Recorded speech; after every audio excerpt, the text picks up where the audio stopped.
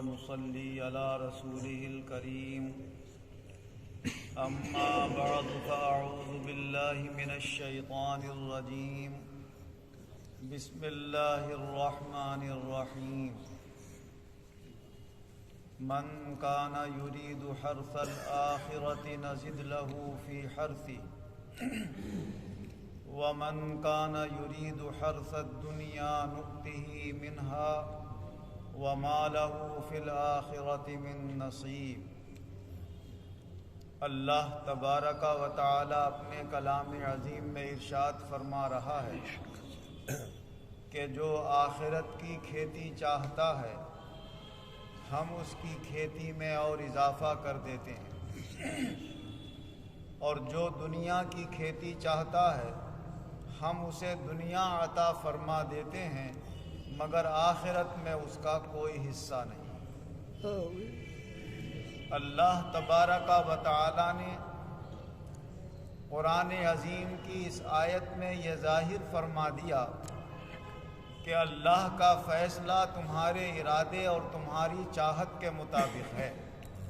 اگر تمہاری چاہت میں آخرت کی کامیابی ہے تو اللہ تعالی دنیا اور آخرت دونوں کامیاب فرما دیتا ہے، اور اگر تمہاری چاہت اور تمہاری پسند صرف دنیا کے فائدے ہیں،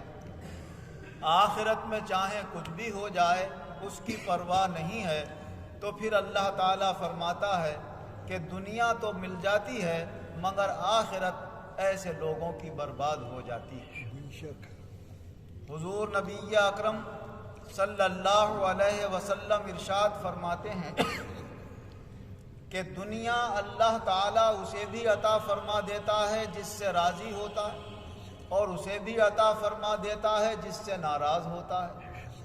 مگر آخرت صرف اسی کو عطا فرماتا ہے جس سے اللہ تعالیٰ راضی اور خوش ہوتا ہے۔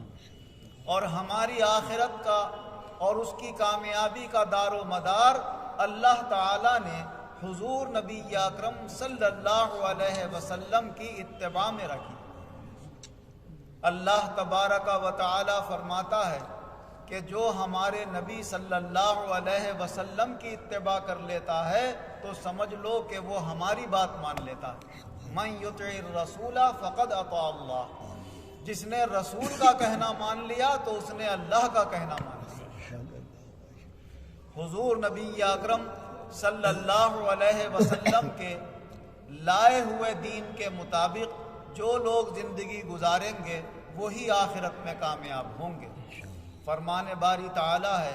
وَمَن يَبْتَغِي غَيْرَ الْإِسْلَامِ دِينًا فَلَن يُقْبَلَ مِنْهُ وَهُوَ فِي الْآخِرَةِ مِنَ الْخَاسِرِينَ، کہ جو لوگ دین اسلام کے علاوہ کسی اور کے طالب ہوں گے وہ ہرگز آخرت میں کامیاب نہیں ہو سکتے۔ کامیابی کا دار و مدار صرف دین اسلام کے اوپر عمل کرنے کے مطابق ہے۔ ہمارا دین اسلام وہ ہے جو حضور نبی اکرم صلی اللہ علیہ وسلم نے قرآن و حدیث کی روشنی میں ہمارے سامنے بیان کیا۔ ہر وہ چیز کہ جس کا ثبوت قرآن عظیم سے ہے وہ ہمارا اسلام ہے،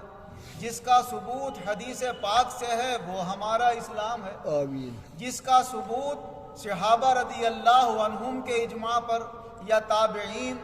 اور ہمارے مجتہدین فقہائے کرام کا جس کے اوپر اتفاق ہو گیا وہ ہمارا دین ہے۔ اور جو ہمارے فقہائے کرام نے اپنے قیاس اور قرآن و حدیث کے دلائل کو بنیاد بناتے ہوئے جو قیاسات کیے ہیں وہ ہمارا دین ہے۔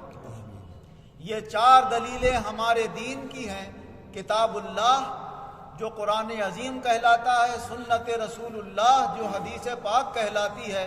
اجماع امت جو ہر زمانے کے علماء حق کا اتفاق کہلاتا ہے،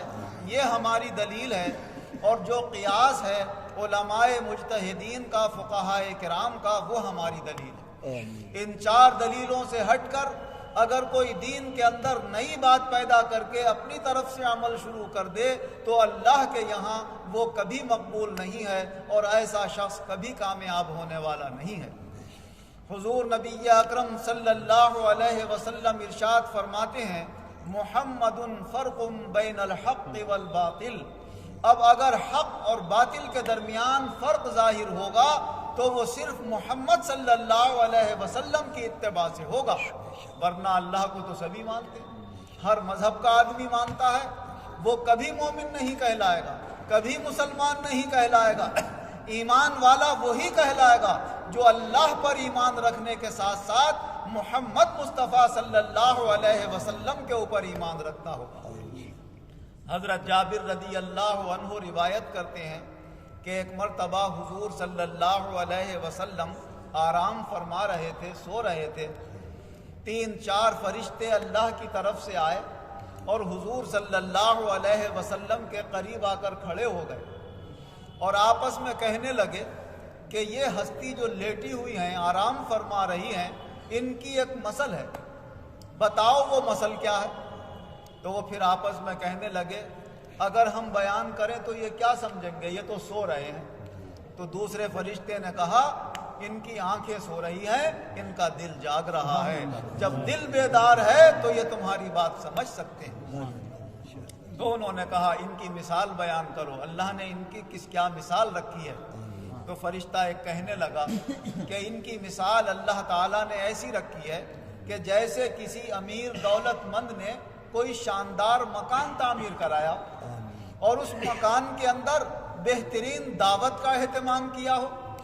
اور پھر ایک دعوت دینے والا لوگوں کے پاس بھیجا ہو کہ جاؤ کہہ دو فلاں صاحب کے یہاں آپ لوگوں کی دعوت ہے۔ فرمایا جو اس دعوت دینے والے کی دعوت قبول کر لے گا وہ آ کر گھر کا بھی نظارہ کر لے گا، گھر میں داخل بھی ہوگا اور دعوت سے بھی فائدہ اٹھا لے گا، اور جو اس کی بات نہیں مانے گا، جاؤ جاؤ ہم نہیں آتے، ہم دعوت قبول نہیں کرتے، یا سن تو لے گا، وعدہ کر لے گا آ جائیں گے لیکن نہیں آئے گا، فرمایا نہ وہ گھر میں داخل ہوگا اور نہ وہ دعوت کا فائدہ اٹھا پائے گا۔ فرمایا یہی حال ان کا ہے۔ کہا اس کا مطلب بیان کرو، مطلب کیا ہے؟ تو انہوں نے پھر یہ کہا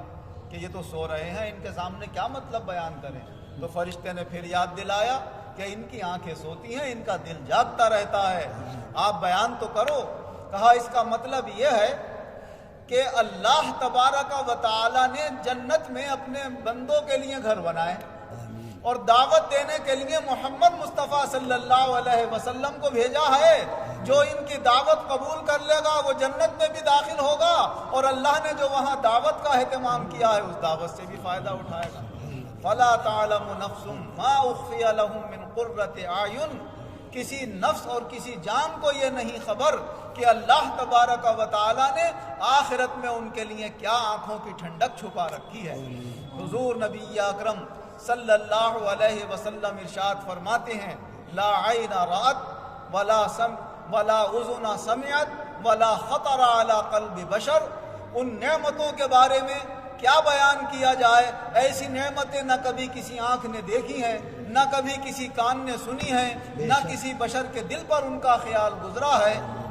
وہ نعمتیں ہیں، اس کی ادنا اور چھوٹی سی مثال یہ ہے کہ دنیا میں انسان سب سے زیادہ قیمتی چیز ہیرے کو سمجھتا ہے، اب ہیرا بڑا قیمتی ہے، اور کوہ نور کا تو دنیا میں نام ہے،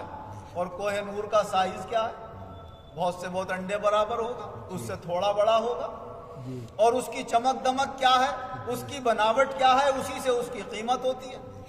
مگر اس کی قیمت آج تک کوئی طے نہیں کر سکا، بیش قیمت ہے وہ ہیرا۔ تو جب ایک چھوٹے سے ہیرے کی یہ قیمت ہے تو حضور نبی اکرم صلی اللہ علیہ وسلم فرماتے ہیں کہ بعض جنتی کو اللہ تعالی بہت بڑا محل عطا فرمائے گا، اور پورا محل ایک ہیرے سے تراشا ہوا ہوگا۔ تو وہ کتنا بڑا ہیرا ہوگا، اور وہ محل اتنا نہیں ہوگا کہ جیسے ہماری یہ مسجد ہے یا چھوٹے بڑے نوابوں اور بادشاہوں کے محل ہوتے ہیں۔ ایک کونے سے دوسرے کونے تک اسے جانے کے لیے بہت وقت لگے گا، اتنا بڑا وہ محل ہوگا، اور اس میں کمرے بھی ہوں گے اور سب کچھ ہوں گے، اور ایسا چمکتا ہوا ہوگا کہ اندر سے باہر کا نظارہ دکھ رہا ہوگا اور باہر سے اندر کا نظارہ دکھ رہا ہوگا۔ اللہ کی کتنی بڑی عظمت و شان ہے، کتنی اس کی نعمتیں ہیں، اس کی کوئی حد بیان نہیں کر سکتا۔ وَإِن تَعُدُّوا نِعْمَةَ اللَّهِ لَا تُحْصُوهَا، اگر تم اللہ کی نعمتوں کو گننا چاہو تو ہرگز ان کی نعمتوں کو نہیں گن سکتے، اور ان تمام نعمتوں میں سب سے بڑی نعمت ہمیں اللہ نے عطا فرمائی ہمارے آقا و مولا حضور احمد مجتبیٰ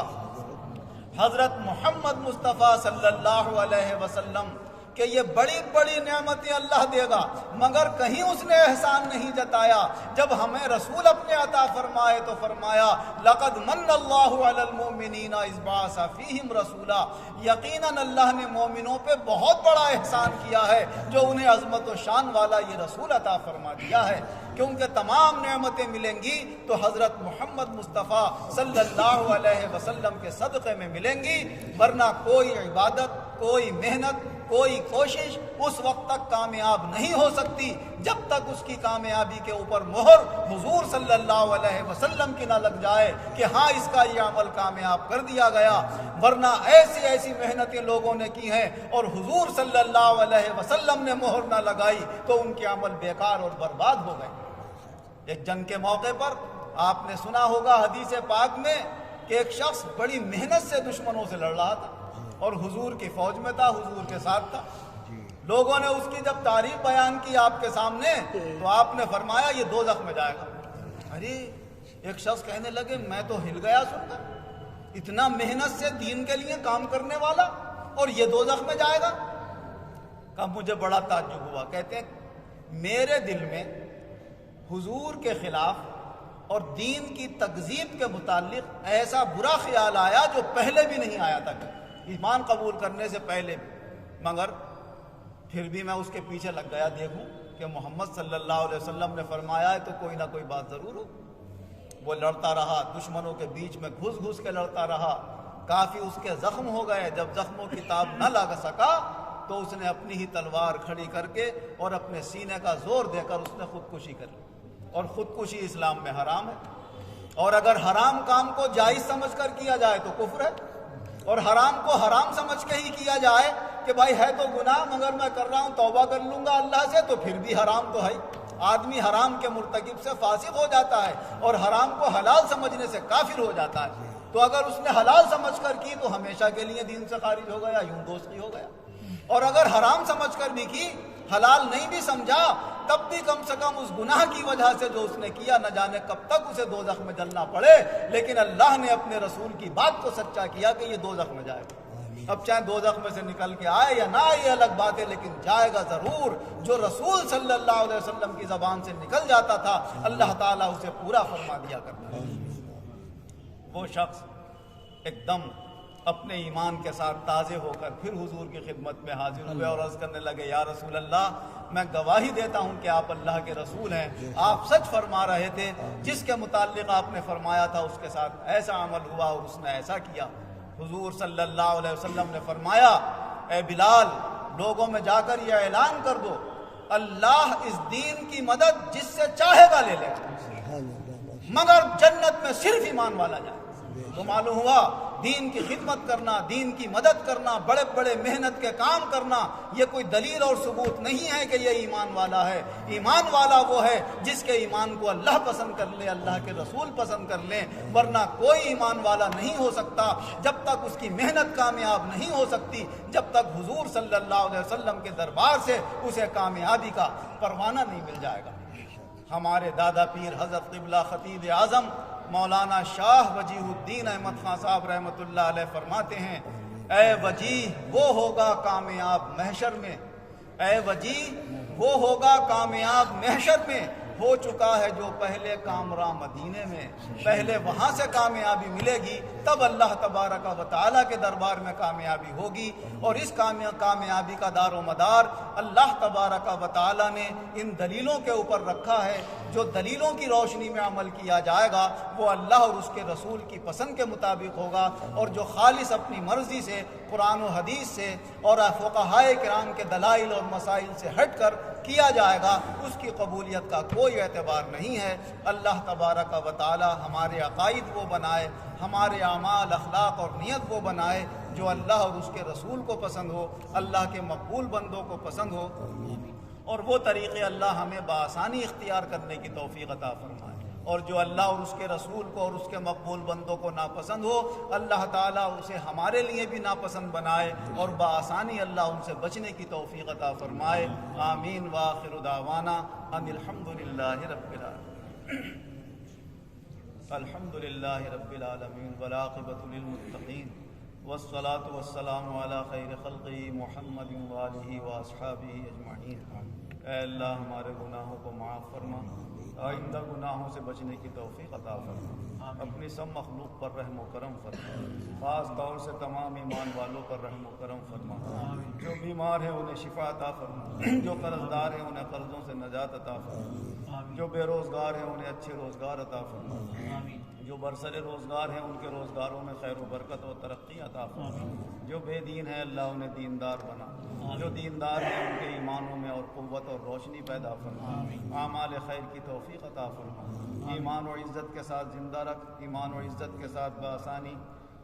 بآسانی ہمارا خاتمہ فرما، ایمان و عزت کے ساتھ آخرت میں اپنے مقبول بندوں کے ساتھ ہمارا حشر فرما. آمین بجاہ النبی الکریم وبحرمت سائر المرشدین وصلی اللہ تعالی علی خیر خلقہ محمد وآلہ واصحابہ اجمعین برحمتک.